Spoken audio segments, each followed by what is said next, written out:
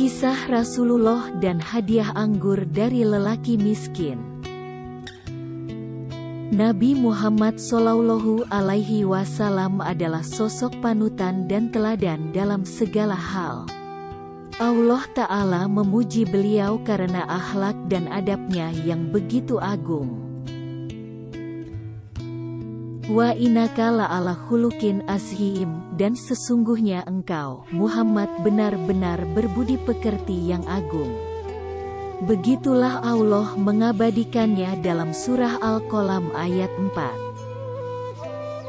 Dalam hadis sahih dari Ummul Mukminin Aisyah radhiyallahu anha pernah ditanya tentang akhlak Rasulullah Shallallahu Alaihi Wasallam, maka Aisyah menjawab, akhlak beliau adalah Al-Quran.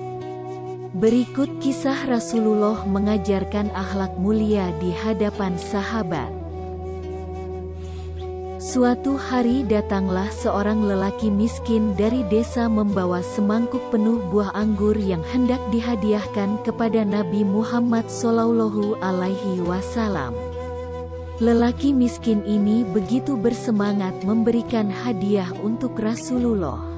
Dia menyimpan anggur itu dan mengatakan, "Wahai Rasulullah, terimalah hadiah kecil ini dariku." Rasulullah Shallallahu Alaihi Wasallam mengambil mangkuk itu dan mulai memakannya. Beliau memakan buah pertama dan tersenyum. Kemudian buah kedua, beliau tersenyum. Melihat senyum Rasulullah, lelaki miskin itu nyaris terbang kegirangan dibuatnya. Betapa bahagianya dia melihat anggur yang dibawanya dimakan oleh Rasulullah. Para sahabat pun ikut menyaksikan hal tersebut. Sudah menjadi kebiasaan beliau selalu membagi hadiah yang beliau terima kepada sahabat-sahabatnya. Namun, Rasulullah terus memakan sebutir demi sebutir seraya tetap tersenyum. Hingga akhirnya mangkuk itu pun kosong, tidak ada sebutir anggur pun tersisa. Ketika itu sahabat heran. Sementara lelaki miskin tampak girang sejadi-jadinya lalu pamit kepada Rasulullah. Setelah itu, salah seorang sahabat bertanya, "Ya Rasulullah, mengapa Anda tidak mengajak kami menyantap anggur itu bersamamu?" Maka Rasulullah Shallallahu Alaihi Wasallam tersenyum dan berkata, "Tidakkah kalian lihat betapa bahagianya ia dengan mangkuk anggur itu? Ketahuilah ketika aku memakannya, anggur itu terasa asam. Maka aku khawatir apabila aku membaginya kepada kalian, maka kalian akan menampakkan reaksi sesuatu yang akan merusak kebahagiaannya."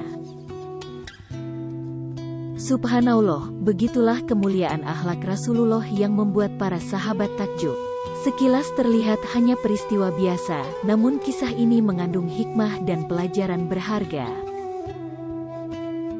Dalam tafsir As-Sa'di, Syekh Abdurrahman bin Nasir As-Sa'di, pakar tafsir abad 14 Hijriyah, mengatakan, akhlak Rasulullah adalah seperti yang dikatakan Aisyah radhiyallahu anha, kana khuluquhul Quran, akhlak beliau adalah Al-Quran.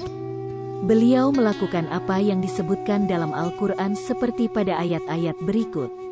Jadilah engkau pemaaf dan suruhlah orang mengerjakan yang makruh, serta berpalinglah dari orang-orang yang bodoh.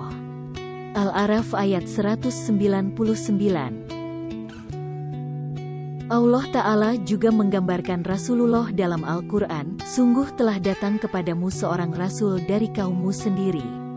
Berat terasa olehnya penderitaanmu, sangat menginginkan keimanan dan keselamatan bagimu. Amat belas kasihan lagi penyayang terhadap orang-orang mukmin." At-Taubah ayat 128.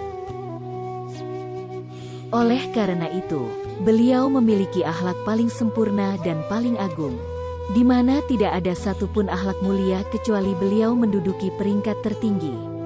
Beliau orangnya mudah, dekat dengan manusia, memenuhi undangan orang yang mengundangnya, memenuhi kebutuhan orang yang butuh, memberi orang yang meminta-minta dan tidak mengecewakannya.